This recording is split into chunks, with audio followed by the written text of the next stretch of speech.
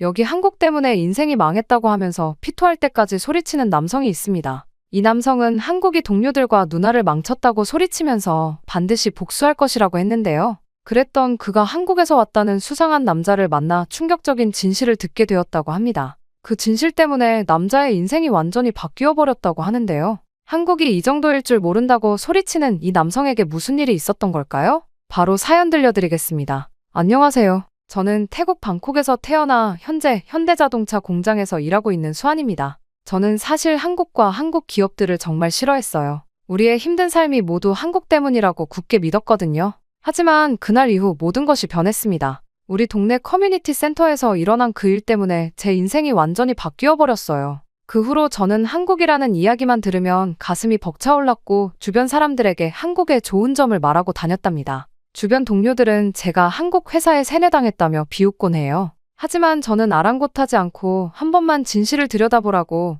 모든 건 그들의 진심을 알게 된 그날 바뀌었다고 답합니다. 이쯤 되면 제게 무슨 일이 있었던 건지 궁금하실 것 같네요. 어떻게 한국을 그토록 미워하던 제가 이렇게 변하게 되었는지. 그럼 한번 제 이야기를 들려드려 볼게요. 처음 입사했을 때만 해도 저는 한국의 현대자동차라는 글로벌 기업에서 일한다는 자부심이 컸죠. 하지만 그건 정말 처음뿐이었습니다. 제가 일하는 조립라인은 특히나 힘들었어요. 여름철 기온이 40도를 넘는 날에도 에어컨은 켜주지 않았습니다. 전기세를 아껴야 한다. 는 게 이유였죠. 선풍기 몇 대가 전부였는데 그마저도 관리자들 자리에만 배치되어 있었어요. 쉬는 시간도 턱없이 부족했습니다. 8시간 근무에 30분 점심시간이 전부였죠. 화장실도 마음대로 가지 못했어요. 수환, 또 화장실 가려고. 30분 전에도 갔잖아. 죄송합니다. 이런 대화가 일상이었습니다. 심지어 어떤 날은 라인 속도가 너무 빨라서 점심시간도 제대로 못 가는 경우가 많았어요. 관리자들은 물량을 맞춰야 한다. 우리를 다그치기 바빴죠. 심지어 안전 문제는 더 심각했습니다. 지난달에는 제 옆 라인에서 일하는 동료가 다쳤어요. 안전장치가 제대로 작동하지 않아서 생긴 사고였는데 회사는 오히려 동료의 부주의를 탓했죠. 산재 처리도 해주지 않았고 결국 동료는 개인 비용으로 치료를 받아야 했습니다. 이러다 누가 크게 다치면 어쩌려고 그러냐고요. 시끄럽네. 일이나 해. 임금 체계도 이상했어요. 야간 수당이나 연장 근로 수당이 제대로 지급되지 않았거든요. 급여 명세서를 받아보면 항상 뭔가 공제되어 있었는데 그 이유를 물어보면 명확한 설명도 해주지 않았습니다. 이번 달은 왜 또 수당이 줄어든 거죠? 본사 지침이야. 더 이상 묻지 마. 특히 충격적이었던 건 임산부 동료의 일이었어요. 입덧이 심해서 잠시 화장실에 간 사이에 관리자가 호통을 치더군요. 임신했다고 특별 대우 해줄 순 없다. 면서요. 결국 그 동료는 유산의 위험을 무릅쓰고 계속 일해야 했습니다. 또한 개인보호 장비도 제대로 지급되지 않았어요.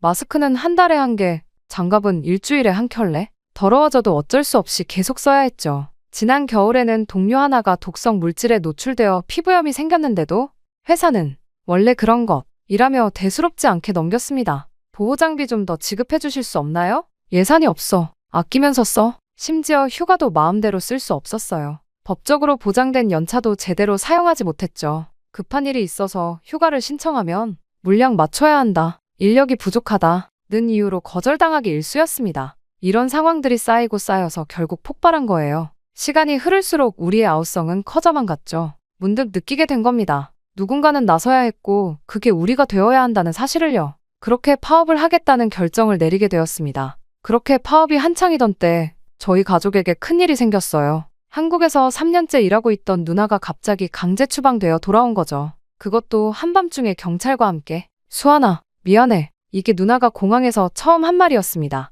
그때 누나의 모습은 제가 알던 그 당찬 누나가 아니었어요. 누나는 원래 뭐든 잘해서 자신감이 넘치던 사람이었죠. 집안 사정 때문에 비록 대학은 가지 못했지만 마음만 먹으면 공부든 운동이든 미술이든 1등을 했던 누나였어요. 그래서 자신은 뭐든 마음 먹으면 다 해낼 수 있다고 외치는 그런 자신감 넘치는 사람이었답니다. 하지만 돌아온 누나는 마치 다른 사람 같았어요. 몸은 말랐고 눈빛은 초점을 잃은 것 같았죠. 어머니와 제가 부축해서 겨우 집으로 모셨습니다. 처음에는 단순히 불법 체류 단속 때문이라고 생각했어요. 누나도 그렇게 말했으니까요. 하지만 이상했습니다. 집에 돌아온 후 누나는 방에서 나오려 하지 않았어요. 식사도 거의 하지 않았고 밤마다 악몽에 시달리는 것 같았습니다. 누나, 밥 좀 먹어. 나가줘. 걱정되는 마음에 어머니가 방에 음식을 가져다 놓으면 대부분 그대로 돌아왔어요. 가끔 들리는 흐느낌 소리에 가슴이 미어졌지만 저희는 어떻게 해야 할지 몰랐습니다. 특히 충격적이었던 건 누나가 한국어를 들을 때의 반응이었어요. TV에서 한국 드라마가 나오거나 한국어가 들리면 갑자기 온몸을 떨면서 방으로 도망가듯 들어가 버렸거든요. 도와줘. 제발. 하지 마. 밤마다 이런 잠꼬대를 하는 누나를 보며 저는 점점 더 화가 났습니다. 한국에서 도대체 무슨 일이 있었던 걸까? 하지만 한국이라는 말만 들으면 괴로워하는 누나에게 제대로 물을 수도 없었죠. 게다가 저는 매일 현대자동차 공장에서 파업을 하고 있었으니 한국과 한국 기업에 대한 분노는 날이 갈수록 커져만 갔습니다. 그렇게 어머니는 매일 밤 누나의 방 앞에서 눈물을 훔치셨어요. 석 달 전만 해도 한국에서 돈을 붙여주며 밝게 웃던 목소리로 전화하던 누나였는데 지금은 마치 다른 사람이 된 것 같았습니다. 엄마, 제가 잘못했어요. 돈 벌어온다고 가서. 죄송해요. 이런 말을 반복하는 누나를 보며 저는 결심했어요. 반드시 진실을 밝혀내리라고. 누나에게 무슨 일이 있었는지, 왜 이렇게 됐는지. 그리고 얼마 후 우연한 기회에 저는 충격적인 이야기를 듣게 됩니다. 그것도 제가 전혀 예상하지 못했던 곳에서요. 하지만 그 이야기는 제가 알고 있던 모든 것을 뒤집어 놓았습니다. 누나의 이야기를 알게 된 건 우연한 계기였어요. 그날도 저는 공장 앞에서 피켓을 들고 시위를 하고 있었습니다. 그런데 문득 옆자리에서 시위하던 동료가 한마디를 던졌죠. 수환 씨 누나, 혹시 평택에서 일하지 않았어요? 순간 머리가 띵했습니다. 어떻게 알았냐고 물어보니 그의 사촌도 그곳에서 일했다고 하더군요. 이야기를 듣고 보니 누나가 일했던 공장과 같은 곳이었습니다. 저는 누나에게 무슨 일이 있었건지 알 수 있지 않을까 하는 마음에 물었습니다. 저기, 혹시 무슨 일이 있었는지 아세요? 들은 얘기로는 관리자들이 문제였다고 해요. 그날 밤, 저는 정말 충격적인 말을 듣게 되었어요. 퇴근길에 동료와 술을 마시며 자세한 이야기를 듣게 되었죠. 누나가 일했던 공장에서는 끔찍한 일들이 벌어지고 있었더군요. 여성 노동자들을 대상으로 한 지속적인 성희롱, 폭언, 임금 체불, 특히 관리자들의 행패가 심했다고 해요. 한 번은 여성 직원들이 머무르는 숙소에 남성 관리자들이 들이닥쳐 겁탈하려는 사건이 있었다고 했습니다. 야근해라, 몸 팔아라, 이런 말들이 일상이었대요. 그런데 왜 신고해봤자 소용없대요. 다들 한패니까. 그렇게 이야기를 들을수록 가슴이 무너져 내렸습니다. 제가 알던 누나는 늘 당찬 사람이었어요. 어떤 어려움이 있어도 웃으면서 이겨내던 사람이었는데 그런 누나가 저렇게 무너질 정도면 얼마나 끔찍한 일을 겪었을까요? 순간 분노가 치밀었습니다. 처음에는 당연히 한국인들의 짓이라고 생각했어요. 현대차에서도 우리를 이렇게 부당하게 대하는데 당연히 그쪽도 그럴 거라고요. 하지만 아니요, 그 공장 관리자들은 대부분 조선족이었대요. 네? 한국 사람인 줄 알고 있다가 나중에야 알았대요. 다들 조선족이었다고. 순간 멍해졌습니다. 그동안 한국과 한국인들에 대한 증오로 가득 차 있었는데 이게 무슨 일이란 말입니까? 그럼 신고는? 했죠. 근데 이 사람들 신고하면 한국 경찰이 움직이기 전에 먼저 도망가 버린대요. 다른 이름으로 또 다른 공장을 차리고. 그날 밤 집으로 돌아가는 길이 참 멀게 느껴졌어요. 누나의 방 앞에 서서 한참을 망설였습니다. 문을 두드리고 싶었지만 차마 그러지 못했죠. 그렇게 누나의 이야기를 알게 된 후 저는 한동안 혼란스러웠어요. 파업도 계속되고 있었지만 예전처럼 확신의 찬 목소리로 구호를 외칠 수는 없었죠. 그러던 어느 날이었습니다. 여기가 맞나요? 한국의료봉사 예정 장소가 저희 동네 커뮤니티 센터 앞에서 한국어가 들렸어요. 처음에는 그냥 지나치려 했는데 옆에서 태국어로 통역하시는 분이 계시더군요. 의료진들이 무료 진료를 한다고, 정신과 상담도 가능하다고요? 순간 누나가 떠올랐습니다. 어차피 집에만 있는 누나, 이거라도 한번 받아보면 어떨까 하는 생각이 들었죠. 네, 한국에서 오신 정신과 전문의 선생님께서 계세요. 트라우마 치료 전문가시라고 해요. 반신반의하는 마음으로 집에 달려갔습니다. 어머니를 설득하는데 한참이 걸렸지만 다행히 누나도 크게 저항하지는 않았어요. 안녕하세요, 김지원입니다. 그렇게 상담실에서 만난 의사 선생님은 제가 생각했던 것과는 전혀 달랐어요.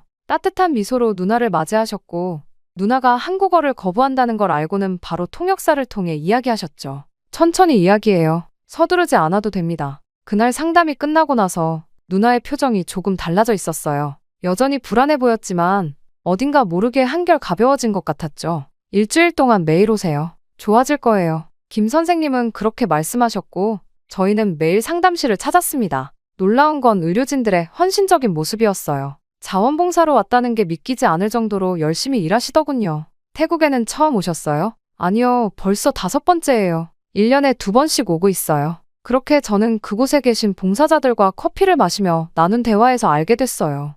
이분들은 자비를 들여 정기적으로 태국을 찾아온다고 하더군요. 게다가 약값도 모두 자신들이 부담한다고. 우리가 할 수 있는 일이 이것밖에 없어서 미안해요. 오히려 미안하다고 하시는 말씀에 눈물이 날 뻔했습니다. 제가 얼마나 편협한 생각을 하고 있었는지 깨달았거든요. 일주일이 지나고 놀랍게도 누나는 조금씩 달라지기 시작했어요. 가끔은 거실에도 나오고 밥도 조금씩 먹기 시작했죠. 도대체 그 한국인 의사 선생님이 무슨 마법을 부른 건지 누나가 제게 말을 걸더라고요. 그 순간 저는 눈물을 흘렸습니다. 한국인이라기에 조금의 의심을 거둘 수가 없었는데 그랬던 저희 모습이 부끄러울 지경이었죠. 그렇게 감사 인사를 하며 저는 의사 선생님과 친해졌습니다. 시간이 흘러 의사 선생님은 귀국하시면서 약도 2달치를 더 주시고 온라인으로 상담을 계속하자고 하셨습니다. 수환 씨, 우리 모두 같은 사람이에요. 국적이 다르다고 해서 달라지는 건 없어요. 마지막 날 김 선생님이 하신 이 말씀이 저를 크게 흔들어 놓았습니다. 그동안 제가 얼마나 편견에 사로잡혀 있었는지.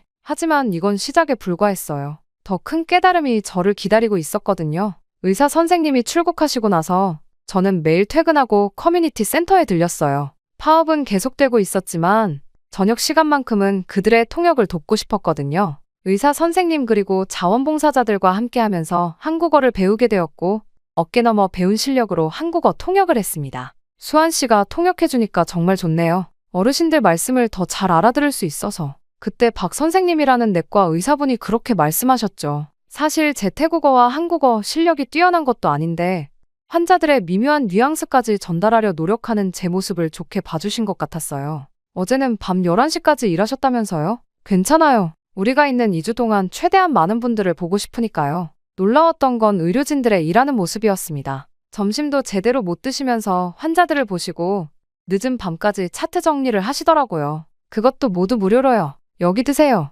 제가 태국 현지 음식 사왔어요. 어머, 수환 씨 고마워요. 근데 이거 비싼 건데. 별 말씀을요. 선생님들이 해주시는 것보다 훨씬 작은 거죠. 봉사자들과 함께하는 시간이 늘어날수록 제 마음속 벽이 허물어지는 걸 느꼈어요. 그들은 제가 생각했던 것과는 전혀 달랐거든요. 특히 기억에 남는 건 이런 일도 있었어요. 한 할머니가 오셨는데 무릎 수술이 필요한 상황이었죠. 하지만 형편이 어려워서 포기하려고 하셨어요. 선생님, 할머니가 수술비가 없다고 하세요. 그럼 우리가 도와드려야죠. 우리 팀이 기금을 마련해 볼게요. 그날 저녁 의료진들이 모여서 논의를 했고 자발적으로 수술비를 모으기 시작했어요. 자신들의 봉사 활동비를 줄여가면서까지 우리가 여행 좀 덜 하면 되죠. 할머니 건강이 더 중요하잖아요. 이런 모습을 보면서 저는 많이 부끄러워졌어요. 제가 얼마나 편협한 시선으로 한국인들을 바라보고 있었는지 깨달았거든요. 또한 누나도 조금씩 변하기 시작했어요. 가끔 커뮤니티 센터에 와서 봉사자들과 이야기를 나누더니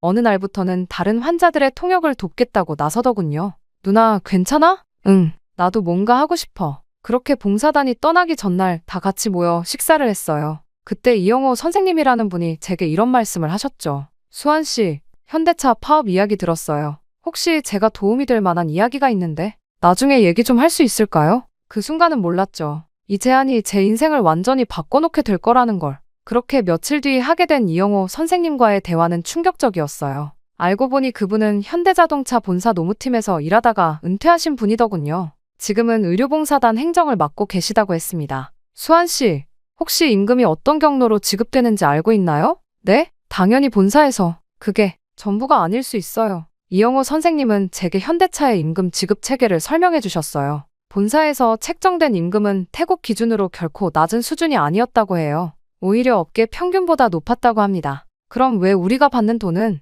부품 공급망을 한번 살펴보세요. 특히 중국계 업체들을. 그날 밤 저는 잠을 이루지 못했습니다. 다음 날부터 동료들과 함께 회사의 임금 지급 구조를 조사하기 시작했어요. 그리고 놀라운 사실을 발견했죠. 이건 말도 안 돼요. 알고 보니 우리 공장에 부품을 납품하는 주요 하청업체들 중 다수가 중국계 회사였어요. 이 업체들이 인력 관리도 맡고 있었는데 여기서 문제가 발생하고 있었던 거죠. 본사에서 지급한 임금의 40%가 중간에서 사라지고 있어요. 뭐라고요? 중국계 업체들은 인력관리 수수료라는 명목으로 터무니없는 금액을 가로채고 있었어요. 게다가 야간 수당이나 연장 근로 수당도 제대로 전달되지 않고 있었죠. 이영호님, 이런 자료들은 어떻게 구하신 거예요? 현대차 본사에서도 이 문제를 예의주시하고 있었어요. 다만 증거가 부족했죠. 더 충격적인 사실도 있었습니다. 이 중국계 업체들은 태국뿐만 아니라 다른 동남아 국가들에서도 비슷한 수법으로 부당이득을 취하고 있었다고 해요. 그동안 우리가 잘못 알고 있었네요.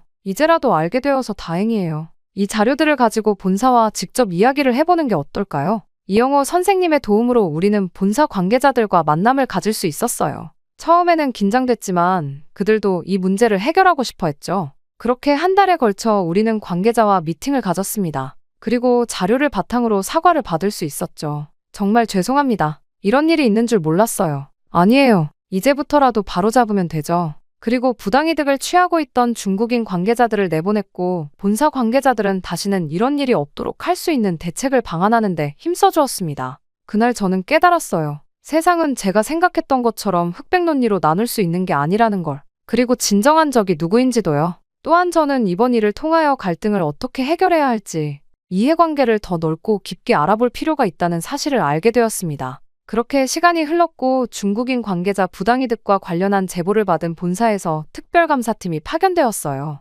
처음에는 불안했죠. 혹시 이것 때문에 더 큰 문제가 생기지는 않을까. 하지만 제 걱정은 기우였습니다. 수환 씨, 정말 놀라운 발견이에요. 이건 단순한 임금 착취가 아니었어요. 그때 들은 건 감사팀 김 과장님의 말씀이었죠. 조사를 진행할수록 더 큰 문제들이 드러났습니다. 중국계 부품 회사들은 마치 거미줄처럼 얽혀 있었어요. 이 회사들은 겉으로는 각각 다른 회사인 것처럼 보이지만 실제로는 하나의 대형 기업이 운영하고 있었어요. 그게 무슨 말씀이신가요? 부품 단가를 부풀리고 인건비를 착취하고 이걸로 끝이 아니에요. 더 충격적인 사실은 따로 있었습니다. 이 회사들이 품질이 낮은 부품을 납품하면서도 서류상으로는 고품질인 것처럼 조작하고 있었다는 거예요. 그러니까 우리 노동자들의 임금을 착취하면서 동시에 회사도 속이고 있었던 거네요? 네, 2중, 3중의 사기였던 거죠. 조사가 진행되면서 더 많은 사실들이 밝혀졌어요. 이 중국계 기업은 동남아 전역에서 비슷한 수법으로 수익을 올리고 있었대요.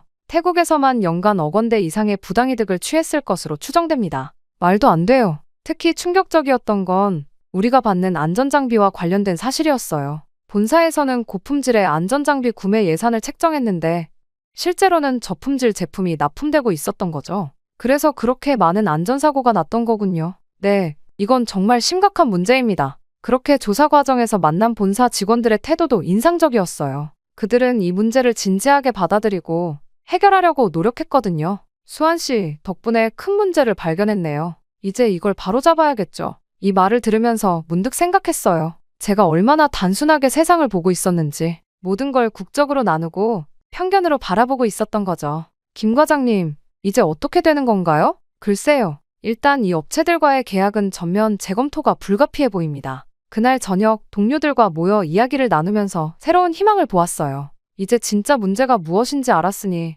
해결책도 찾을 수 있을 거라고요. 그렇게 일이 커지면서 본사에서 대표이사님까지 태국을 방문하셨어요. 처음에는 긴장했지만 대표이사님의 첫마디가 의외였습니다. 수환 씨, 정말 감사합니다. 덕분에 큰 문제를 발견했네요. 대표이사님은 직접 직원들과의 간담회 자리를 마련하셨어요. 통역을 통해 우리의 이야기를 하나하나 들으시더니 구체적인 해결 방안을 제시하셨죠. 먼저 모든 중국계 부품업체들과의 계약을 전면 재검토하겠습니다. 그리고 임금은 직접 지급 체계로 전환하겠습니다. 놀라운 건 그뿐만이 아니었어요. 그동안 착취당했던 임금에 대한 보상도 약속하셨죠. 지난 3년간의 체불 임금을 전액 보상하겠습니다. 야근 수당과 연장근로 수당도 모두 포함해서요. 그 순간 회의실에서 동료들의 눈시울이 붉어지는 걸 봤어요. 3년이면 저희 가족의 생활이 완전히 달라질 수 있는 금액이었거든요. 그렇게 회사 내에서는 과거를 바로잡는 노력이 시작되었습니다. 안전장비도 즉시 교체하겠습니다. 그리고 작업 환경 개선에 대한 TF팀을 구성하겠습니다.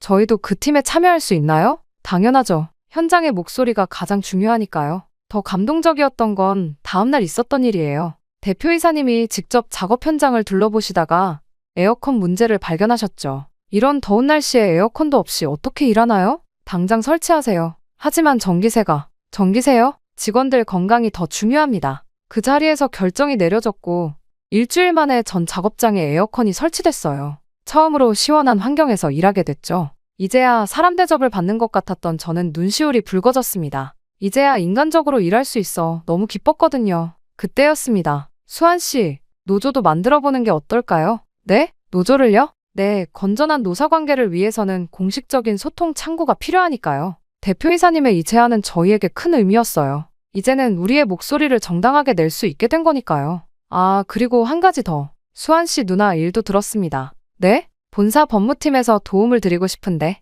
괜찮으시겠어요? 그날 저는 처음으로 희망을 보았어요. 문제를 숨기거나 회피하지 않고 정면으로 마주하고 해결하려는 모습에서요. 이제 진짜 변화가 시작되는 것 같았습니다. 순간 이런 생각이 들었습니다. 이 회사가 한국이 아니라 중국 회사였다면 이런 권리를 끝까지 보장받지 못한 채 지내야 했을 수 있겠다는 생각 말이죠. 이 모든 부조리가 중국에서 비롯된 일들이 대부분이었고 중국인들은 인간다운 일자리 환경을 만드는 것에는 관심이 없으니까요. 일은 눈덩이처럼 빠르게 진행됐어요. 중국계 부품 회사들과의 계약이 전면 해지되었고 새로운 업체들이 선정되었습니다. 이번에는 본사에서 직접 실사를 진행했죠. 수환 씨, 이제 급여 명세서 한번 보세요. 이게 맞나요? 처음 받아본 새로운 급여 명세서를 보고 놀랐어요. 기존 급여의 거의 2배. 게다가 체불됐던 임금도 일시에 지급되었죠. 이제 딸 학원도 보낼 수 있겠어요. 저는 어머니 수술비 걱정 안 해도 되겠네요. 그때 동료들의 얼굴에서 웃음이 떠나지 않았어요. 하지만 더 큰 변화는 따로 있었습니다. 오늘부터 안전교육이 시작됩니다. 모두 참석해주세요. 새 안전장비도 지급됩니다. 그렇게 우리 회사의 작업장의 분위기가 완전히 달라졌어요. 깨끗한 작업복, 제대로 된 안전장비, 무엇보다 관리자들의 태도가 확 바뀌었죠. 불편한 점 있으면 언제든 말씀해주세요. 휴게 시간 충분히 가지세요. 누나의 일도 진전이 있었어요. 본사 법무팀의 도움으로 조선족 관리자들을 특정할 수 있었고 경찰에 신고도 했죠. 몇몇은 이미 중국으로 도주했지만 한국에 남아있는 가해자들은 체포됐대요. 정말요? 누나는 여전히 치료 중이지만 많이 나아졌어요. 온라인으로 김지원 선생님과 상담도 계속하고 있고요. 며칠 전에는 처음으로 웃는 모습을 봤습니다. 고마워. 그렇게 공장의 변화는 계속됐어요. 노조가 정식으로 설립되었고 본사와의 정기적인 소통 채널도 마련됐습니다. 이번 주부터 직원 식당 메뉴가 개선됩니다. 특히 감동적이었던 건 임산부 직원들을 위한 특별 휴게실이 생긴 거예요. 그동안 고생했던 동료들을 생각하면 마음이 아팠죠. 임산부인데도 차가운 바닥이나 뜨거운 땡볕에서 고생을 하며 쓰러지는 직원들이 부지기수였거든요. 수환 씨, 태국 공장이 이제 우리 회사의 모범 사례가 될 것 같아요. 본사 김 과장님의 말씀처럼 저희 공장의 변화는 다른 해외 공장들의 모델이 되어가고 있었어요. 가끔 다른 나라 공장에서 견학도 오더라고요. 이제는 매일 아침 출근길이 즐겁습니다. 더 이상 누군가를 미워하거나 원망할 필요도 없어졌고요. 정말 모든 게 행복해졌다는 생각이 들었습니다. 그러던 어느 날이었어요. 수환 씨, 태국, 한국 우호협회 회장님께서 만나고 싶어 하세요. 네? 저를요? 얼마 전에는 뜻밖의 제안을 받았어요. 우리 공장의 변화 사례를 다른 기업들과 공유해달라는 거였죠. 처음에는 망설였지만 이런 경험이 다른 누군가에게 도움이 될 수 있다면 한국 기업들이 태국에 많이 진출해 있잖아요. 수환 씨의 이야기가 도움이 될 거예요. 그렇게 저는 매달 한 번씩 다른 기업의 노동자들과 만나 이야기를 나눕니다. 놀라운 건 비슷한 문제로 고민하는 사람들이 많다는 거예요. 우리도 처음에는 한국 회사만 탓했어요. 맞아요. 알고 보니 중간에서 문제가 있더라고요. 누나도 많이 달라졌어요. 이제는 한국어 수업도 다시 시작했고 김지원 선생님의 추천으로 상담사 공부도 하고 있답니다. 나 같은 피해자들을 돕고 싶어. 얼마 전에는 태국 현대차 직원들의 대표로 한국 본사도 방문했어요. 그곳에서 본 것들은 제가 알던 모든 편견을 완전히 바꿔놓았죠. 직원들의 아이디어로 공정이 개선되고 안전장치가 만들어지고 정말 놀라웠어요. 이제 우리 공장은 동남아시아의 모범 사례가 되었답니다. 다른 나라 공장에서도 벤치마킹을 오고 언론에서도 관심을 보이고 있어요. 수환 씨, 우리가 해냈네요. 네, 우리 모두가 함께요. 저는 지금까지 있었던 일들을 떠올려 보았습니다. 순간 얼굴이 새빨개지는 것 같더라고요. 얼마나 편협한 시각으로 세상을 바라보고 있었는지. 하지만 그런 시간이 있었기에 지금의 깨달음이 더 소중한 것 같다는 생각이 들었습니다. 이제 저는 매일 아침 밝은 마음으로 출근합니다. 더 이상 누군가를 미워하거나 원망하지 않아요. 그저 감사할 뿐이죠. 이런 깨달음을 얻게 해준 모든 분들께 내일은 또 어떤 좋은 일이 기다리고 있을까요? 이런 생각이 들었습니다. 누구나 한 번쯤은 편견에 사로잡혀 세상을 바라볼 때가 있는 것 같아요. 저도 그랬습니다. 처음에는 모든 문제가 한국 때문이라고 생각했어요. 현대차의 저임금도 누나의 아픔도 모든 게 한국과 한국 사람들 때문이라고 믿었죠. 하지만 진실은 달랐어요. 의료봉사를 온 한국 의사 선생님들의 따뜻한 마음, 문제 해결을 위해 발벗고 나선 현대차 본사의 진정성, 그리고 누나를 도와준 법무팀까지. 제가 알던 한국은 제 편견 속에만 존재했던 거였어요. 실제로 우리를 착취했던 건 중국계 부품회사들이었고 누나를 괴롭혔던 건 조선족 관리자들이었죠. 진실을 알게 되면서 깨달았습니다. 세상은 국적이나 회사로 나눌 수 있는 게 아니라는 걸요. 결국 중요한 건 사람이라는 것도요. 이제는 압니다. 진정한 변화는 서로를 이해하고 존중할 때 시작된다는 걸요. 한국은 저에게 이런 깨달음을 준 고마운 나라가 되었습니다. 한국은 우리가 배울 점이 많은 나라야. 열심히 일하고 서로를 존중하고 문제가 생기면 해결하기 위해 노력하는 그런 모습들이 정말 아름다워. 저는 앞으로도 이런 관계가 계속되길 바랍니다. 서로를 이해하고 배우고 존중하는, 그래서 더 나은 미래를 함께 만들어가는 한국에서 배운 가장 큰 교훈이었습니다. 여기 미국의 연구원이 기술을 한국에게 도둑맞았다고 하면서 격분했다고 합니다. 이 남성은 이대론 당할 수 없다고 하면서 그대로 한국으로 향했다고 하는데요. 그는 한국에 갔다가 마주한 충격적인 광경 때문에 반년 동안이나 한국에 붙잡혀 있어야 했다고 합니다. 도대체 그에게 무슨 일이 있었던 걸까요? 안녕하세요. 저는 마이클 앤더슨입니다. 인텔의 수석연구원으로 일하고 있죠. 저는 사실 한국을 정말 싫어했습니다. 아니, 증오했다고 하는 게 맞겠네요. 어쨌든 저를 잘 아는 동료들은 요즘 제 모습을 보며 혀를 끌끌 차곤 해요. 도대체 마이클이 왜 저렇게 됐을까 하면서요. 그도 그럴 것이. 한때 동양의 기술력을 맹렬히 비판하고 다니던 제가 한국에 다녀온 그날 이후 완전히 딴 사람처럼 한국을 찬양하기 시작했으니까요. 1985년 샌프란시스코, 제가 10살이던 그 여름을 아직도 선명히 기억합니다. 아버지는 매일 밤 서재에 틀어박혀 계셨고 어머니는 그런 아버지 곁을 말없이 지키셨죠. 나중에서야 알게 됐지만 그때 아버지는 70년대 한국에서 파산했던 기억을 자서전으로 쓰고 계셨어요. 마이클, 내가 크면 꼭 알아야 할 게 있단다. 서재 벽에 걸린 낡은 사진을 가리키며 아버지가 말씀하셨습니다. 그 사진 속에는 앤더슨 일렉트로닉스라는 간판이 선명했어요. 1970년대 초 한국 구로공단에 있었던 아버지의 회사였죠. 우리가 개발한 기술을 도둑질했어. 그들은 늘 그랬고 앞으로도 그럴 거야. 어린 제게 아버지는 자주 그런 말씀을 하셨습니다. 한국에 대한 원망과 분노가 담긴 이야기들이었죠. 그때부터였을까요? 저도 모르게 마음 한구석에 한국이라는 나라에 대한 선입견이 자리 잡기 시작했어요. 그로부터 30여 년이 지난 지금 인텔의 수석연구원이 된 저는 연구실 의자에 깊이 파묻혀 모니터를 바라보며 한숨을 내쉬었습니다. 화면 속 테스트 결과는 제가 우려하던 그대로였죠. 3나노 공정 개발은 또다시 실패였습니다. 스탠포드에서 박사 학위를 받고 인텔의 수석연구원이 된 지 5년, 이제는 더 이상 변명의 여지가 없어 보였어요. 앤더슨 박사, 오늘도 늦게까지 계시네요. 퇴근하려던 동료 스티브가 연구실 문간에 서서 말을 걸었습니다. 아, 그래. 이 데이터들을 좀 더 분석해보려고 하는 중이야. 하긴 뭘 더 분석할 게 있나요? 결과는 이미 뻔했습니다. 우리는 한계에 부딪혔고 경쟁사들은 우리를 점점 더 멀리 앞서가고 있었죠. 요즘 들어 자주 듣는 삼성전자 얘기가 특히나 신경 쓰였습니다. 그들이 텍사스에 대규모 반도체 공장을 설립한다는 소식이 실리콘밸리를 술렁이게 만들었거든요. 어릴 적 아버지의 이야기가 자꾸 떠올랐습니다. 기술 도둑질하는 나라. 그 말이 30년이 지난 지금도 제 귓가에 맴돌았어요. 마이클, 대통령이 또 연설하고 있어. 옆 연구실에 제니퍼가 고개를 내밀며 말했죠. TV를 켜보니 트럼프가 여전히 강경한 목소리로 연설을 하고 있었습니다. 미국의 기술 주권을 지켜내겠습니다. 우리는 세계 최고의 기술력을 가진 나라입니다. 어떤 나라도 우리의 기술을 위협할 수 없습니다. 허울뿐인 자신감이라는 생각이 들었어요. 현실은 전혀 달랐거든요. 매일 밤, 퇴근도 잊은 채 연구실에서 씨름하는 건 바로 그 현실과의 싸움이었습니다. 아버지 세대의 자존심이었던 미국의 기술 패권이 지금 제 손에서 무너져가고 있다는 생각에 어깨가 무거웠죠. 책상 위에는 어릴 적 추억이 담긴 가족사진 한 장이 놓여 있었습니다. 은퇴하신 아버지는 요즘도 가끔 제게 전화를 하셔서 우리가 최고야라는 말씀을 하시곤 하죠. 하지만 그 자신감이 이제는 현실과 얼마나 동떨어져 있는지 그걸 아버지께 어떻게 말씀드려야 할지 몰랐습니다. 이러다가 정말 추월당하는 거 아닐까.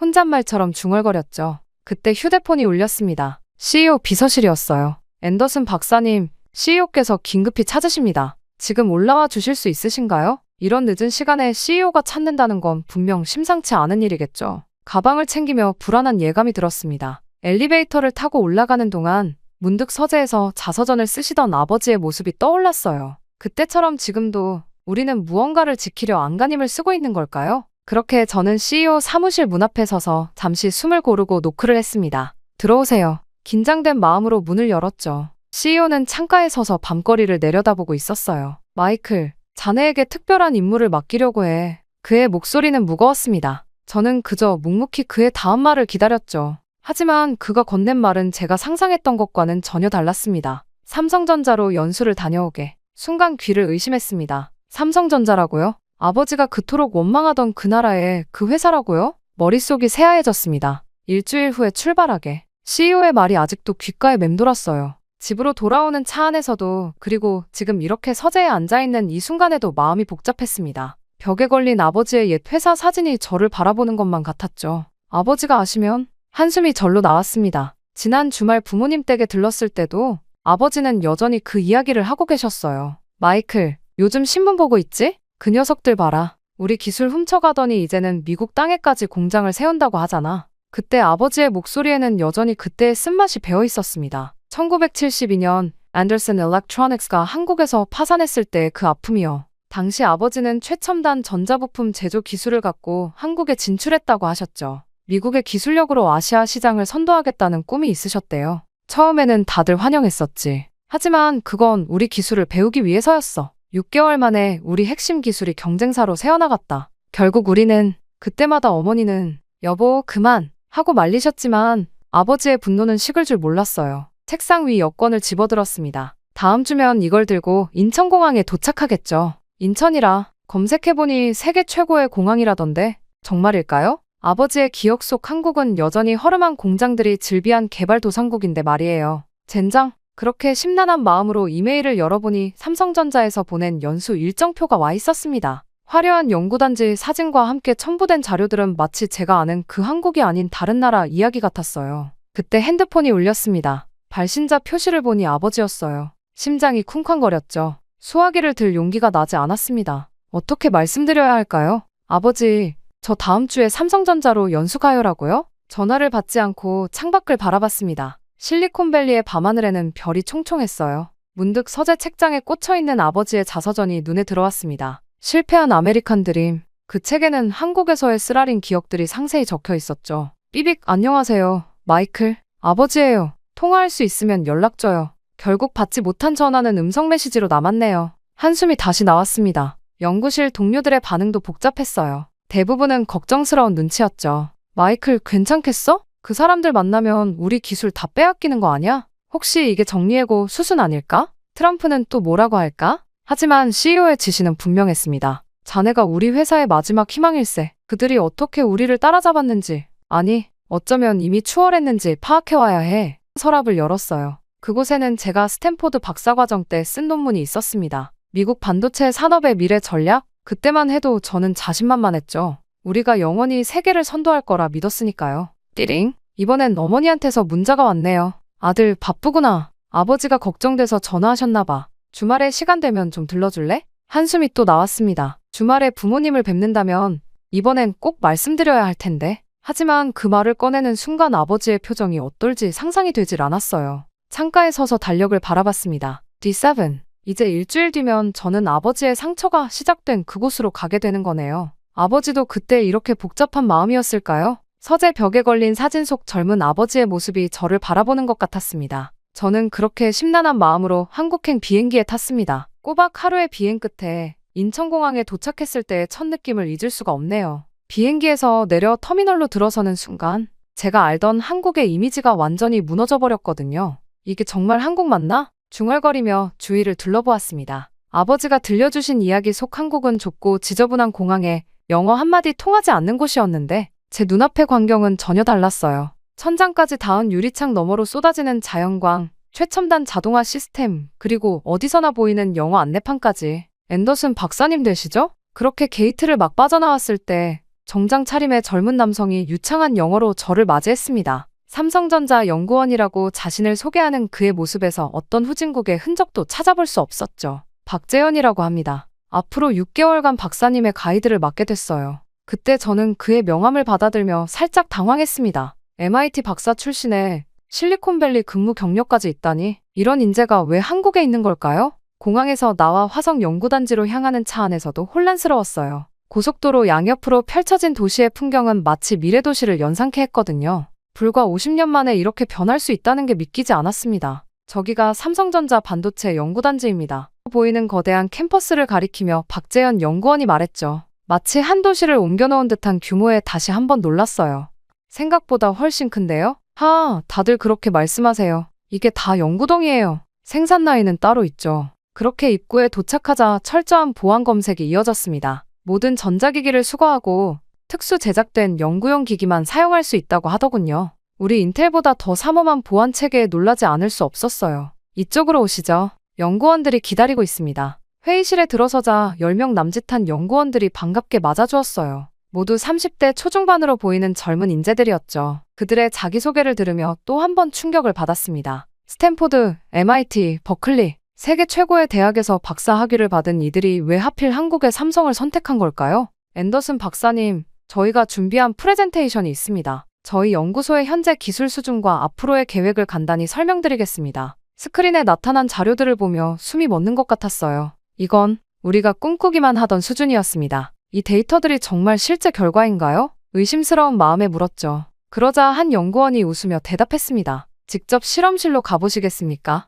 그렇게 시작된 연구소 투어는 저희 모든 선입견을 무너뜨리기에 충분했어요. 최첨단 장비들, 끝없이 이어지는 클린룸, 그리고 24시간 돌아가는 연구라인까지. 이곳은 제가 알던 기술 도둑질하는 나라의 모습이 아니었습니다. 그렇게 숙소로 배정된 게스트하우스에 도착해서야 긴장이 풀렸네요. 창밖으로 보이는 연구단지의 야경이 마치 SF 영화의 한 장면 같았어요. 침대에 누워 천장을 바라보며 생각했습니다.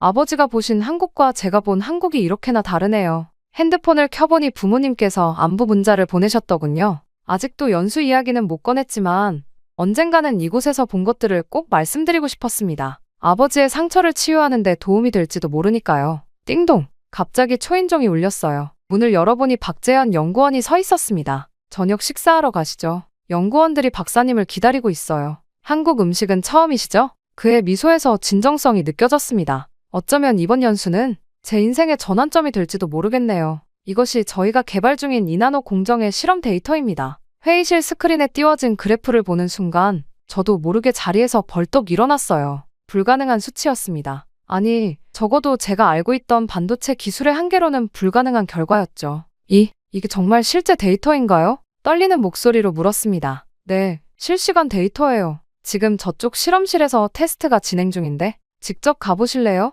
김도윤 수석연구원이 씩 웃으며 말했죠. 그의 나이가 저보다 어린 33이라는 게 더욱 충격적이었어요. 클린룸으로 들어가기 위해 방진복으로 갈아입는 동안에도 머릿속이 복잡했습니다. 일주일 전만 해도 저는 우리 인텔의 기술력을 의심하지 않았어요. 삼성이 따라잡았다는 소문이 있었지만 솔직히 반신반의했었죠. 이쪽입니다. 앤더슨 박사님. 실험실에 들어서자 익숙하면서도 낯선 광경이 펼쳐졌어요. 기본적인 장비들은 인텔과 비슷했지만 곳곳에 보이는 새로운 장비들이 눈에 띄었습니다. 저희가 자체 개발한 검사 장비예요. 기존 장비로는 이나노 공정을 제어하기가 힘들어서 한 연구원의 설명을 들으며 장비를 살펴보았죠. 놀라웠어요. 그들은 단순히 반도체 기술뿐만 아니라 그것을 구현하기 위한 장비까지 자체 개발하고 있었던 겁니다. 어떻게 이런 혁신이 가능했죠? 제 질문에 김도윤 수석이 잠시 생각에 잠기더니 대답했습니다. 실패를 두려워하지 않는 문화가 가장 큰 것 같아요. 매일 밤늦게까지 실험하고 실패하고 또 도전하고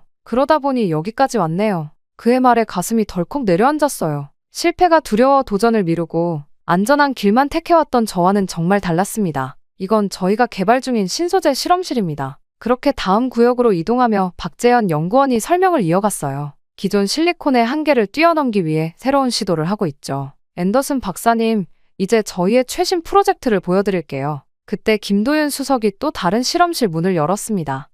그 전에 이건 극비 사항이라 고개를 끄덕였어요. 이미 예상했던 일이었죠. 하지만 그가 보여준 것은 제 예상을 훨씬 뛰어넘는 것이었습니다. 설마? 네, 일나노 공정을 위한 예비 실험입니다. 순간 현기증이 났어요. 일나노라니. 우리는 아직 3나노도 완성하지 못했는데 그들은 이미 그 다음 단계를 준비하고 있었던 겁니다. 연구원들이 막 퇴근하려는 시간인데 저녁 식사 자리를 마련했어요. 오늘 보신 것들에 대해 더 이야기를 나눌 수 있을 것 같네요. 박재현 연구원의 말에 고개를 끄덕였지만 머릿속은 여전히 혼란스러웠어요. 방진복을 벗고 나오는 길에 휴대폰을 확인했습니다. 아버지께서 또 부재중 전화를 남기셨네요. 문득 죄책감이 밀려왔어요. 전화를 받지 않은 지도 벌써 일주일이 넘었으니까요. 앤더슨 박사님, 준비되셨나요? 고개를 들어보니 연구원들이 저를 기다리고 있었습니다. 그들의 얼굴에서 자부심과 열정이 느껴졌어요. 아버지, 제가 본 이곳은 아버지의 기억 속 한국이 아니에요. 그들이 우리를 따라잡은 게 아니라 어쩌면 우리가 그들을 따라잡아야 하는 건지도 모르겠네요. 그렇게 저는 한숨을 깊게 내쉬며 연구원들과 함께 저녁 식사를 위해 발걸음을 옮겼습니다. 오늘 본 것들을 어떻게 보고해야 할지, 더 나아가 우리는 앞으로 어떻게 해야 할지 답을 찾기가 쉽지 않을 것 같았어요. 앤더슨 박사님, 이번 프로젝트에 참여해 보시겠어요? 한 달이 지난 어느 날 김도윤 수석이 건넨 제안에 잠시 망설였습니다. 지금까지는 단순히 관찰자의 입장이었는데 직접 참여한다는 건 전혀 다른 의미였으니까요. 어떤 프로젝트인가요? 이나노 공정의 수요를 높이기 위한 새로운 시도예요. 박사님의 양자역학 논문을 읽어봤는데 박사님의 통찰력이 필요할 것 같아서요. 그가 건넨 태블릿을 받아들고 자료를 훑어보는데 갑자기 옆자리에 젊은 연구원이 벌떡 일어났어요. 수석님, 제가 방금 새로운 아이디어가 떠올랐는데 순간 회의실이 순식간에 열기로 가득 찼습니다. 칠판 앞에서 자유롭게 의견을 나누는 모습이 마치 대학 시절 연구실의 브레인스토밍 세션을 보는 것 같았어요. 하지만 달랐죠. 여기엔 직급이나 나이의 벽이 없었습니다. 이거 정말 혁신적인데요? 제가 감탄사를 내뱉자 김도윤 수석이 웃으며 말했어요. 이게 저희의 일하는 방식이에요. 수직적인 회의 문화로는 진정한 혁신이 나올 수 없다고 생각하거든요. 문득 인텔에서의 회의들이 떠올랐습니다. 모든 발언은 서열에 따라 이루어졌고 젊은 연구원의 과감한 제안은 대부분 위험 부담이라는 이유로 기각되곤 했었죠. 앤더슨 박사님의 생각은 어떠세요? 순간 긴장이 됐어요. 지금까지 저는 이런 자유로운 토론 문화가 없는 곳에서만 일해왔으니까요.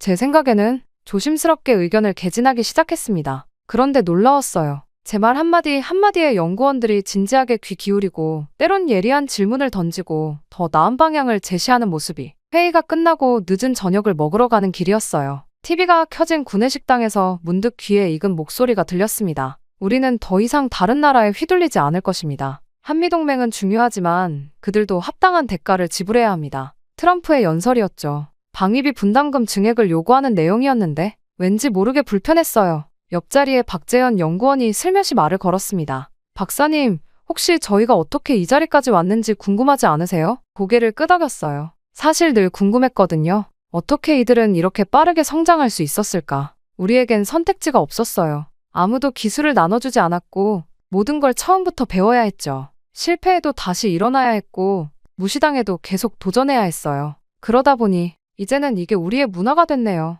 그의 말에 가슴 한켠이 찌릿했습니다. 문득 아버지의 말씀이 떠올랐어요. 그들은 우리 기술을 훔쳐갔어. 정말 그랬을까요? 아버지가 오해하신 것일 수 있겠다는 그런 생각이 들었습니다. 그렇게 혼란스러운 마음을 뒤로하고 저는 연구실로 돌아와 노트북을 열었어요. 한 달간 기록한 관찰 일지를 보면서 생각에 잠겼습니다. 이들의 기술력은 분명 독자적인 것이었어요. 아니, 어쩌면 우리보다 더 앞서 있을지도 있었습니다. 띵동! 그때 메일 알림이 울렸어요. CEO가 보낸 중간 보고서 요청이었습니다. 어떻게 써야 할까? 솔직히 말하면 될까? 우리가 그동안 얼마나 우물안개구리였는지. 창밖으로 보이는 연구동의 불빛이 반짝였습니다. 밤늦게까지 불 켜진 실험실에서는 아직도 젊은 연구원들이 열정을 불태우고 있겠죠. 여보세요, 아버지. 며칠째 받지 않았던 전화를 드디어 걸었습니다. 아버지, 제가 지금 어디 있는지 아세요? 떨리는 목소리로 말을 이어갔어요. 이제는 더 이상 진실을 숨길 수 없었으니까요. 그리고 어쩌면 아버지의 상처도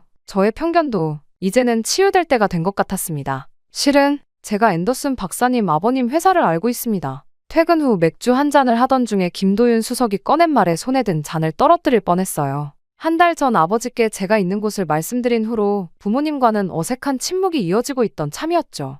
앤더슨 일렉트로닉스 맞으시죠? 어떻게? 제 은사님이셨던 분이 그때 그 회사에서 일하셨거든요. 박사님 아버님의 자서전도 읽어봤고요. 술잔 너머로 그의 눈빛이 진지해졌습니다. 사실 그때 상황은 아버님이 아시는 것과는 조금 달랐어요. 김 수석은 태블릿을 꺼내 오래된 신문 스크랩들을 보여주었습니다. 70년대 초 한국 전자산업의 태동기에 대한 기록들이었어요. 당시 한국 정부는 외국 기업들의 기술 이전을 적극적으로 추진했어요. 하지만 대부분의 기업들이 거절했죠. 기술 유출을 우려해서 스크롤을 내리자 낯익은 사진이 나왔습니다. 앤더슨 일렉트로닉스의 개업식 사진이었어요. 아버지가 한국 관계자들과 악수하는 모습이. 앤더슨 회장님은 달랐어요. 한국과의 협력을 선택하셨죠. 하지만 김 수석의 이야기는 계속되었습니다. 당시 미국 정부가 한국으로의 기술 이전을 크게 제한했다는 것, 그래서 대부분의 기업들이 실질적인 협력을 피했다는 것, 그리고 결정적인 건 IMF였어요.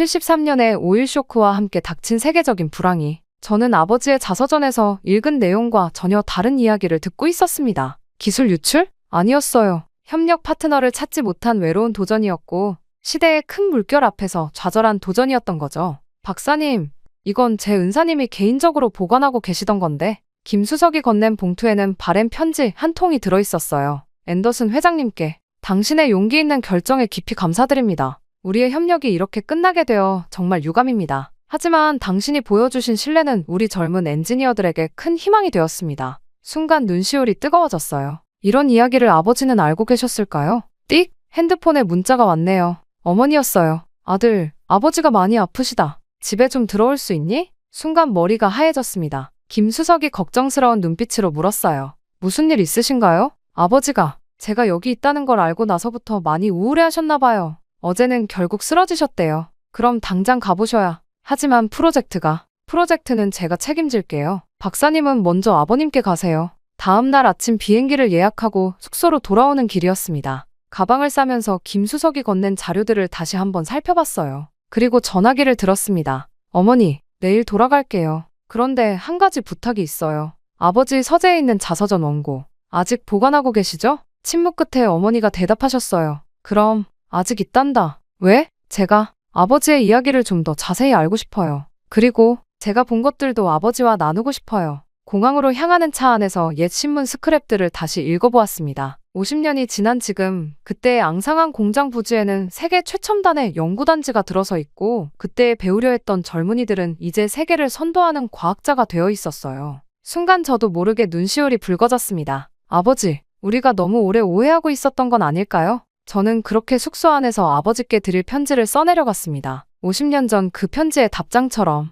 이제는 제가 새로운 이야기를 써내려갈 차례인 것 같아요. 결국 아버지의 병환 때문에 귀국을 해야 했지만 마음 한켠이 불편했어요. 아직 뭔가 찾지 못한 것 같은 느낌이랄까요? 그래서 출발 전날 다시 한번 연구소를 찾았습니다. 자료실에서 우연히 발견한 낡은 문서처리에 인생을 바꿨다고 해도 과언이 아닐 것 같아요. 삼성전자 반도체 기술 개발사 1974-1984. 먼지를 털어내며 페이지를 넘기던 그 순간이 아직도 생생합니다. 이건 첫 장을 넘기자마자 놀라움을 감출 수 없었어요. 그들의 시작은 제가 알던 것과는 너무나도 달랐습니다. 74년 첫 연구소 설립 당시 보유 기술 없음. 해외 기술 도입 시도 모두 실패. 연구원 수 12명. 첫 해에 실패한 실험 횟수 2184회. 마치 일기처럼 세세하게 기록된 실패의 기록들. 그들은 정말 맨 땅에서부터 시작했던 거였네요. 앤더슨 박사님, 거기서 뭘 그리 열심히 보세요? 김도윤 수석이 자료실로 들어왔어요. 이게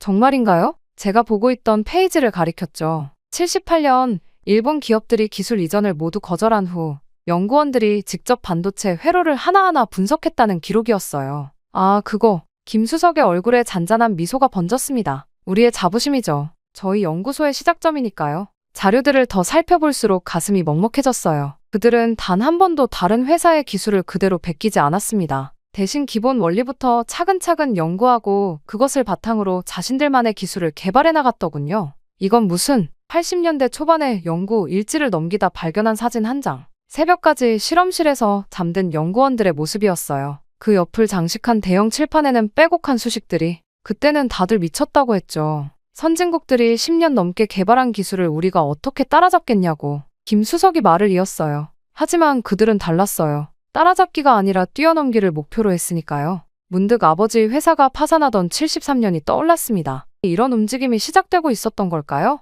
아버지가 보지 못한 혹은 보지 않으려 했던 어떤 변화가. 박사님, 이것도 한번 보세요. 김수석이 건넨 태블릿에는 최근 10년간의 특허 출원 현황이 띄워져 있었습니다. 그래프는 충격적이었어요. 단순한 기술 따라잡기로는 절대 불가능한 수치였죠. 우리가 지난 50년간 쌓아온 건 그의 목소리가 조용히 이어졌습니다. 남의 것을 훔치는 게 아니라 우리만의 새로운 길을 개척하는 거였어요. 자료실의 창문으로 석양이 들어왔어요. 붉은 빛이 오래된 문서들을 비추자 마치 과거의 시간들이 되살아나는 것 같았습니다. 저는 핸드폰을 꺼내 사진을 몇 장 찍었어요. 이걸 아버지께 보여드려야겠다는 생각이 들었거든요. 어쩌면 아버지의 실패는 실패가 아니었을지도 모릅니다. 그저 시대가 필요로 했던 작은 씨앗이었던 거죠. 앤더슨 박사님, 문서들을 정리하려는데 김수석이 다시 말을 걸었어요. 혹시 이제 좀 이해되시나요? 우리가 왜 이렇게 자부심을 가지고 있는지. 저는 고개를 끄덕였습니다. 이제야 알 것 같았어요. 그들이 이룩한 건 단순한 기술의 발전이 아니었어요. 불가능을 가능으로 바꾼 인간의 의지, 그리고 그 과정에서 형성된 독특한 혁신의 문화, 그것이 진정한 그들의 성과였던 거죠. 이 자료들을 좀 더 볼 수 있을까요? 당연하죠. 시간 걱정 마세요. 여기 불은 꺼지지 않으니까요. 그날 밤, 저는 자료실에서 밤을 새웠습니다. 50년의 시간을 거슬러 올라가며 한 장 한 장 진실을 마주했어요. 그리고 아버지의 상처와 제 편견이 왜 시작되었는지 마침내 이해할 수 있었습니다. 앤더슨 박사님, 오늘 저녁에 시간 되세요? 연구원들이 송별회를 준비했거든요. 벌써 6개월이 지났다는 게 믿기지 않네요. 박재현 연구원의 말에 고개를 들어보니 연구실 창 너머로 단풍이 물든 캠퍼스가 보였습니다. 벌써 이런 계절이 됐네요. 중얼거리듯 말했더니 박 연구원이 웃으며 대답했어요. 그동안 정말 많은 일이 있었죠? 그렇습니다. 처음 이곳에 왔을 때 저와 지금의 저는 완전히 다른 사람이 된 것 같아요. 차이를 확인하러 왔다가 제 내면의 깊은 곳까지 변화하게 된 거죠.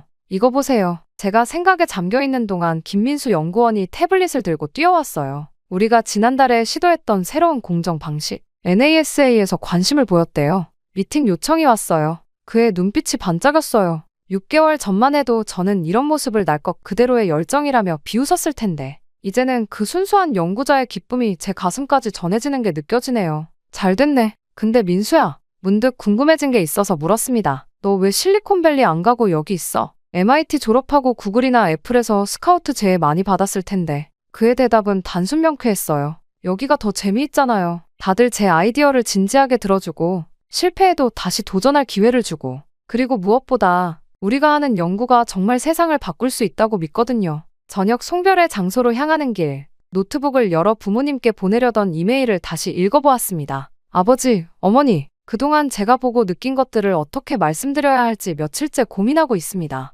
아버지, 73년의 실패는 실패가 아니었어요. 아버지께서 뿌리신 작은 씨앗이 이곳에서 자라나 거대한 숲이 되었습니다. 아버지께서 보여주신 신뢰는 결코 배신당한 게 아니었어요. 그들은 그 신뢰를 밑거름 삼아 자신들만의 길을 개척했고 이제는 세계를 선도하는 기술 강국이 되었습니다. 다음 주에 돌아가면 제가 직접 보여드리고 싶은 것들이 많아요. 앤더슨 박사님, 이쪽이에요. 생각에 잠겨있는데 연구원들이 부르는 소리가 들렸어요. 고개를 들어보니 단체 사진을 찍자며 손짓하고 있었죠. 자, 하나 둘 셋, 김치! 플래시가 터지는 순간 문득 깨달았습니다. 제가 이들과 찍은 첫 단체 사진에서는 어색하게 웃고 있었는데 이제는 자연스럽게 웃을 수 있게 됐다는 거려. 박사님, 이거 드릴게요. 김도윤 수석이 작은 상자를 건넸습니다. 열어보니 연구원들의 서명이 가득한 실험용 웨이퍼였어요. 우리나라 최초의 반도체가 새겨진 웨이퍼예요. 일라노급 최신 제품은 아니지만 의미가 있을 것 같아서요. 목이 메었습니다. 이건 단순한 기념품이 아니었어요.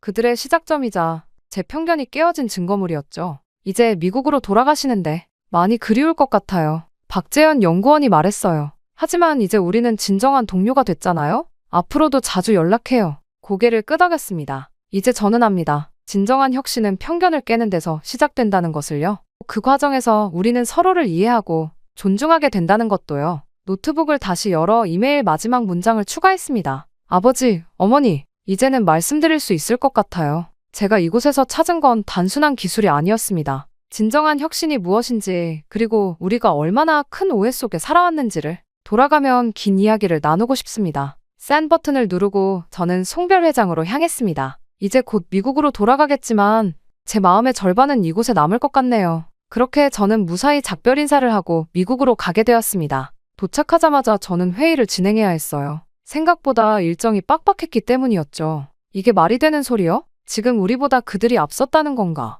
그때 인텔 이사회 회의실의 분위기는 싸늘했습니다. 제가 제출한 보고서를 읽은 임원들의 표정이 일그러졌죠. 특히 스미스 부사장의 목소리에는 노골적인 적대감이 묻어났어요. 앤더슨 박사, 자네가 6개월 동안 뭘 하다 왔는지 모르겠네만 이런 보고서는 도저히 받아들일 수 없어. 천천히 심호흡을 하며 대형 스크린을 가리켰습니다. 이건 실제 데이터입니다. 삼성전자는 이미 2나노 공정 양산을 준비 중이고 1나노 공정 개발도 상당 부분 진행됐어요. 우리가 지금 말도 안 되는 소리. 스미스 부사장이 책상을 내리쳤어요. 그들이 우리를 따라잡았다고. 난 절대 믿을 수 없네. 그때 TV에서 트럼프 대통령의 목소리가 흘러나왔습니다. 우리는 미국의 기술을 보호할 것입니다. 어떤 외국 기업도 우리의 주권을 위협할 수 없습니다. 씁쓸하게 웃었어요. 현실을 직시하지 못하는 건 이분만이 아니었나 봅니다. 여러분, 천천히 자리에서 일어났습니다. 우리가 지금 가장 경계해야 할 건 우리의 자만심입니다. 제가 한국에서 본 건 프레젠테이션을 시작했어요. 삼성전자의 연구 문화, 젊은 연구원들의 열정, 그리고 그들만의 혁신적인 접근 방식까지 모든 걸 있는 그대로 보여주었습니다. 그래서 전 제안드리고 싶습니다. 이제는 경쟁이 아닌 협력을 해야 할 때라고 봅니다. 회의실이 술렁였어요. CEO가 잠시 생각에 잠기더니 물었습니다. 구체적으로 어떤 제안인가? 한미 반도체 공동 연구 프로젝트입니다. 우리의 기초 연구력과 그들의 혁신적인 개발 문화를 결합하면 말도 안 돼요. 스미스 부사장이 또다시 끼어들었습니다. 대통령께서도 분명히 말씀하시지 않았습니까? 우리는 미국의 기술을 지켜야. 그게 무슨 기술입니까? 제 목소리가 높아졌어요. 지금 우리가 지켜야 할 건 낡은 자존심이 아니라 미래를 향한 도전 정신입니다. 트럼프 대통령의 발언은 현실을 전혀 반영하지 못하고 있어요. 우리가 우물 안개구리로 남아있는 동안 세상은 빠르게 변하고 있습니다. 회의실이 조용해졌어요. CEO가 천천히 고개를 끄덕였습니다. 계속 말해보게. 제가 한국에서 만난 연구원들은 우리가 생각했던 것과는 전혀 달랐습니다. 그들은 단순히 기술을 따라하는 게 아니라 완전히 새로운 길을 개척하고 있었어요. 우리가 그들과 협력하지 않는다면 오히려 우리가 뒤처질 수 있습니다. 그렇게 자료를 하나씩 보여주며 설명을 이어갔습니다. 김도윤 수석과 함께 준비했던 협력 프로젝트 제안서, 구체적인 기술 교류 방안, 그리고 예상되는 시너지 효과까지. 하지만 정부의 정책이 누군가 걱정스럽게 말을 꺼냈어요. 정책은 바뀔 수 있습니다. 하지만 우리가 이 기회를 놓친다면 역사는 바뀌지 않아요. 여러분, 우리는 선택해야 합니다. 허상에 사로잡혀 뒤처질 것인가? 아니면 현실을 직시하고 새로운 도전을 할 것인가? 저는 그들에게 마지막 슬라이드를 보여주었습니다. 한국 연구원들과 찍은 단체 사진이었어요. 이들은 이미 우리의 경쟁자가 아닙니다. 함께 미래를 열어갈 동반자가 될 수 있어요. 긴 침묵이 이어졌습니다. 그리고 마침내 CEO가 입을 열었어요. 구체적인 계획을 수립해보게. 다만 조심스럽게 접근해야 할 거야. 현 정부의 기조를 감안해서. 회의실을 나서는데 핸드폰이 울렸네요. 김도윤 수석이었어요. 박사님, 어떻게 됐나요? 첫 발을 내딛는 데는 성공했어요. 이제 시작이네요. 저는 발걸음을 재촉하며 생각했습니다. 트럼프의 보호무역주의나 구시대적 인식은 언젠가 변할 거예요. 중요한 건 우리가 먼저 변화할 준비가 되어 있느냐는 거죠. 그리고 오늘 그 첫걸음을 내디딘 것 같네요. 아버지, 이쪽으로 오세요. 인천공항에 도착한 부모님을 맞이하며 가슴이 뭉클했습니다. 1년 전 제가 처음 이곳에 도착했을 때와는 전혀 다른 감정이네요. 아버지는 여전히 불편한 표정이었지만 그래도 이곳에 오시겠다고 결심하신 것만으로도 큰 발걸음이었어요. 여기가 많이 변했구나. 아버지가 작은 목소리로 중얼거리셨어요. 50년 만의 방문인데 기억 속의 한국은 찾아볼 수 없었겠죠. 이제 곧 시작될 공동 프로젝트 발표식이에요. 아버지께서 꼭 보셨으면 하는 게 있어서. 차로 이동하는 동안 아버지는 창밖만 바라보고 계셨습니다. 어떤 생각을 하고 계실까? 73년의 기억들이 스쳐 지나가고 계시려나요? 여기가 바로 그 삼성전자 연구단지입니다. 정문에 도착하자 아버지의 눈빛이 달라졌어요. 마치 50년 전의 청년처럼 호기심 가득한 눈으로 주변을 살피시더군요. 존경하는 내외빈 여러분, 발표식이 시작되었습니다. 인텔과 삼성전자의 공동 프로젝트 Future Semiconductor Initiative의 시작을 알리는 순간이었죠. 이번 프로젝트는 단순한 기술 협력을 넘어 두 회사의 역사적인 화해이자 새로운 도약이 될 것입니다. 제가 연단에 올라 발표를 시작했어요. 50년 전 이곳에서 시작된 작은 씨앗이 있었습니다. 비록 당시에는 실패한 것처럼 보였지만 아버지를 바라보며 말을 이었습니다. 그 씨앗은 결코 헛되지 않았습니다. 그것은 신뢰였고 도전이었고 서로를 이해하려는 첫걸음이었습니다. 김도윤 수석이 연단에 올라왔어요. 앤더슨 회장님, 아버지를 바라보며 말했습니다. 50년 전 회장님께서 보여주신 신뢰가 있었기에 저희가 여기까지 올 수 있었습니다. 오늘 그 인연을 다시 이어가고자 합니다. 아버지의 눈시울이 붉어졌어요. 어머니가 조용히 손수건을 건네시는데 저도 눈물이 났습니다. 발표식이 끝나고 연구실을 둘러보는 동안 아버지는 마치 다른 사람이 된 것처럼 열심히 질문하셨어요. 젊은 연구원들의 설명을 들으시며 때로는 고개를 끄덕이고 때로는 감탄하시는 모습이. 마이클, 저녁 식사 자리에서 아버지가 입을 여셨습니다. 아빠가 잘못 생각했던 것 같구나. 50년 동안 나는 내 상처 속에 갇혀 있었어. 아버지, 하지만 오늘 보니 그들은 정말 자신들의 길을 걸어왔더구나. 그리고 내가 그 다리를 놓다니. 아버지의 눈에서 다시 눈물이 흘렀습니다. 그때 핸드폰에서 알림이 울렸습니다. 김민수 연구원이 보낸 메시지였어요. 형, 우리 이번 프로젝트로 노벨상 타는 거 아닐까요? 순간 웃음이 났습니다. 그래요. 이제는 꿈꿀 수 있어요. 우리가 함께라면 어떤 편견도, 어떤 한계도 뛰어넘을 수 있을 테니까요. 저는 창밖의 한국 풍경을 바라보며 지금까지 있었던 여정을 되돌아보았습니다. 돌이켜보면 제가 한국에서 얻은 것은 단순한 기술적 통찰이 아니었습니다. 처음 이곳에 왔을 때 저는 기술 도둑질하는 나라라는 편견에 사로잡혀 있었어요. 아버지의 상처가 만들어낸 그 편견은 제 시야를 너무나도 좁게 만들어버렸죠. 하지만 6개월의 시간은 그 모든 것을 바꾸어 놓았습니다. 진정한 혁신은 모방에서 시작될 수 있다는 것, 하지만 그것은 결코 모방에서 끝나지 않는다는 것을 배웠어요. 한국의 과학자들은 기존의 한계를 뛰어넘기 위해 끊임없이 도전했고 그 과정에서 자신들만의 독특한 혁신 문화를 만들어냈습니다. 수직적 위계질서보다 수평적 소통을, 안정적 현상 유지보다 과감한 도전을, 그리고 개인의 성과보다 팀의 성장을 중시하는 문화. 이것이야말로 그들이 이룩한 진정한 성과였던 거죠. 더 놀라운 건 그들이 결코 과거의 상처에 연연하지 않았다는 거예요. 오히려 그것을 발판 삼아 더 높이 도약했죠. 아버지 세대에 대한 원망 대신 그들이 보여준 신뢰를 소중히 여기며 자신들의 길을 개척해 나갔습니다. 이제 저는 압니다. 진정한 경쟁력은 기술력만이 아닌 그것을 가능케 하는 문화와 정신에서 나온다는 것을요. 그리고 미래를 향한 진정한 도약은 서로에 대한 이해와 존중, 그리고 협력에서 시작된다는 것도요. 한국에서의 시간은 제 인생의 전환점이 되었습니다. 이제 저는 더 이상 과거의 편견에 갇혀있지 않아요. 대신 새로운 가능성을 향해 눈을 크게 뜨고 있죠. 아버지의 상처가 치유되는 것을 보며 저 또한 치유되었으니까요. 이것이 제가 얻은 가장 큰 깨달음입니다. 우리는 서로를 이해하려 노력할 때 비로소 성장할 수 있다는 것. 그리고 그때 우리가 꿈꾸는 미래도 한 걸음 더 가까워진다는 것을요. 제 이야기는 여기까지입니다. 긴 이야기를 들어주신 모든 분들께 감사의 말씀 전하고 싶어요. 행복하세요. 감사합니다.